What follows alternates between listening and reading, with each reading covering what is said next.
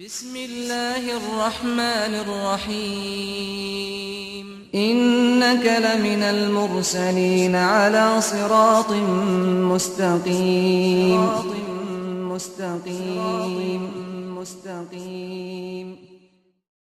When Ali radiallahu anhu gave his first khutbah, what did he say? And this was an amazing time, because this was a time of great fitna and difficulty.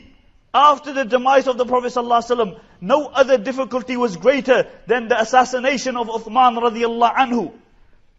And Ali radiallahu anhu was appointed as the Khalif. And what did he do? What did he say? This first khutbah, this is all he said. He ascended the pulpit. And he said, "O believers, you are in need of a rajul fa'al la qawwal. You are in need of a man of actions and not of a person who just talks. Because if revolutions and change came through talking, me and you would have a revolution every hour, because me and you are very good at talking. But the help of Allah does not come through talking. It comes through the actions of individuals. If you want the mercy of Allah to descend, if you want the help of Allah to descend, then you have to do actions. You have to perform actions, because this is when the help of Allah subhanahu wa ta'ala descends." And Ali radiallahu anhu said, "O people, you are in need of a rajulun fa'al, an action man. Not of people who just talk. Not of people who just talk. If we want the mercy of Allah to descend, if we want the help of Allah to descend, we have to translate our talking into actions." You know, how often do you hear Muslims complaining, "Oh, why isn't the help of Allah descending?" How often do you hear them whinging? But how many actions do we do? Has this ummah paid its zakah and then Allah withheld its help? Has this ummah prayed salah like it should have prayed and then Allah withheld His help? Has this ummah made the Prophet ﷺ their role model, then Allah withheld His help? Has this ummah made people like Abu Bakr and Umar and Khadija and Fatima their role models and then Allah withheld His help? Has this ummah had the concern of the Prophet ﷺ? Has it a concern for the rest of humanity and then Allah withheld His help? Or do we have this warped perception that somehow Allah is obliged to help us? Somehow, na'udhu billah, as though we are Allah and Allah is our slave. Understand, you are the slaves. Allah is samad, Allah is dependent. You have to fulfill the conditions and then the help of Allah descends. That's when the help of Allah descends. Not that you do nothing and you go on lackadaisically in your lives. Dunya is your maqsad. You don't learn anything about your deen, and somehow Allah is obliged to help you. Allah is the Lord. Allah is Khaliq. Allah is Malik. Allah does not require to help anybody. And your numbers don't make any difference. You can be 1.6 million, 1.2 billion. They don't make any difference. Your power, your wealth doesn't make any difference. What counts in the eyes of Allah is your quality, not your quantity. Your substance. And this is why Allah says, كَم مِّن فِئَةٍ قَلِيلَةٍ غَلَبَتْ فِئَةً كَثِيرَةً بِإِذْنِ اللَّهِ. How often do you see that a small group of people, a small regiment defeats a large regiment? Why? With the help of Allah subhanahu wa ta'ala. With the help of Allah subhanahu wa ta'ala. In the time of Khalid bin Walid, in the battle of Yarmouk, this was the ultimate battle. After this day, the Christians never came into the Arab Peninsula. The Muslims were 41,000. And the conservative estimate of the Romans were that they were 140,000. And Khalid bin Walid was checking his ranks.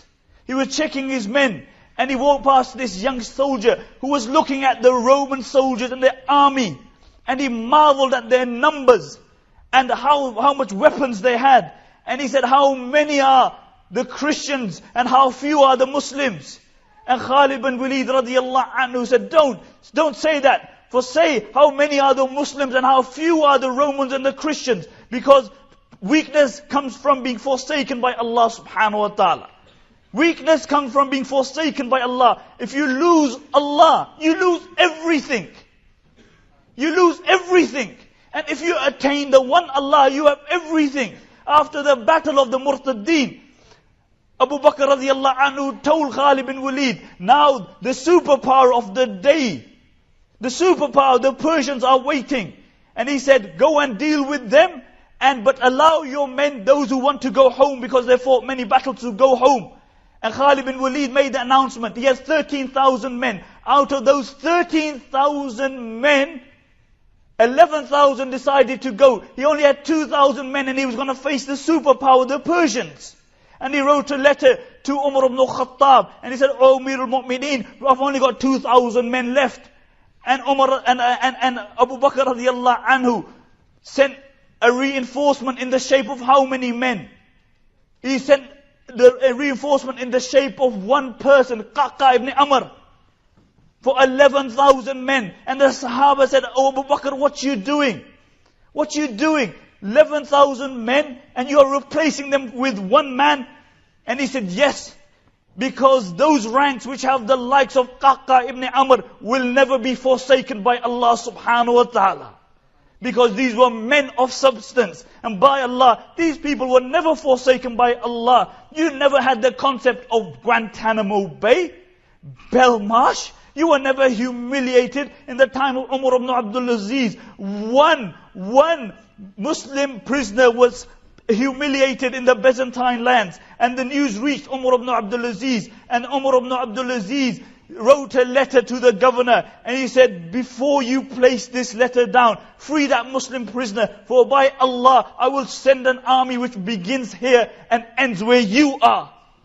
There was never a time, really, there was never a time like what happens in Israel and Palestine in the time of Mu'tasim.